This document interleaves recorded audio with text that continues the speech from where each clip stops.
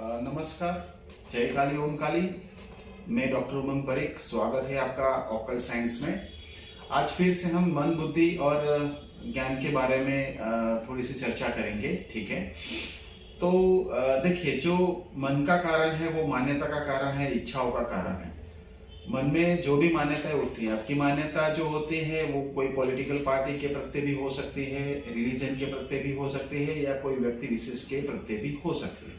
लेकिन ये जो मान्यता है वो आपकी सोचने समझने की जो शक्ति है उसको खत्म कर देता है। आप कितने भी इंटेलिजेंट हो, आपके पास कितनी भी डिग्री हो, लेकिन जब आप अपनी मान्यता पे आते हो, ठीक है, कि मैं इसको मानता हूँ, मैं इस रिलीजन को मानता हूँ और वो सही है, तो समझिए कि आपकी जो सोचने समझने की जो शक्ति है वो खत्म हो चुकी है, ठीक है। और मैं आपको एक एग्जांपल देता हूँ समझ मान्यता का, कि मुझे इच्छा है और मुझे बनना है शार्प शूटर, ठीक है। तो मैं शार्प शूटर बनना चाहता हूँ। क्यों बनना चाहता हूँ? उसके दो तर्क हो सकते हैं। एक तर्क, मैं पुलिस या सेना में जाके देश का भला करना चाहता हूँ, देश की सेवा करना चाहता हूँ। दूसरा तर्क ये हो सकता है कि मैं लोगों को डराना चाहता हूँ, मैं भाई बनना चाहता हूँ, मैं लोगों को मारना चाहता हूँ, ठीक है। तो ये दो तर्क हुए। पहला जो तर्क है, मैं पुलिस बनना चाहता हूँ, सेना बनना चाहता हूँ, वो सुतर्क है। दूसरा जो है तर्क, वो कुतर्क है। और ये कुतर्क यहाँ पर ही नहीं अटकता, वो आगे भी जाता है। तो हमारा मन क्या तर्क करता है कि हाँ, ये तो मरने वाला था ना, मैंने उसको मार दिया। हाँ, ये गोली में उसका नाम था तो गोली इसको लगी, वो मर गया। मैं इसको कहाँ मार रहा हूँ, इसको तो मरना ही है, इसका तो टाइम आ गया था, ठीक है। तो ऐसे ऐसी चीजें हम सोचते जाते हैं, ठीक है, और कुतर्क पे कुतर्क किए जाते हैं, और हमारी जो मान्यता है उसको सही ठहराने का हम प्रयत्न करते हैं। तो होता क्या है सारे रिलीजन में? यही होता है। बुक हैं, रिलीजियस बुक हैं, उसमें से कितनी भी गलत चीजें हैं, लेकिन हमारा मन मानने के लिए तैयार नहीं है कि नहीं, ये बुक में गलत क्या हो सकता है, कुछ नहीं है गलत, ठीक है। तो हम क्या करते हैं, उसको सही ठहराने के लिए हम कहीं से भी उसका एविडेंस पैदा करते हैं, ठीक है, और उस पे तर्क किए जाते हैं। और अल्टीमेटली होता क्या है? कुछ नहीं। आप समझो एक चीज, कि मान्यता से उत्पन्न हुआ तर्क, या फिर वो सुतर्क हो या कुतर्क हो, वो नॉलेज तक नहीं पहुंचता, उससे आपको कोई नॉलेज नहीं मिलेगी। आप समझो, मैं शार्प शूटर बनना चाहता हूं, मैं चाहे टेररिस्ट बनूं या फिर सेना में जाऊं, ठीक है। नॉलेज क्या है? कुछ नहीं है, ठीक है। तो नॉलेज कहां से आता है?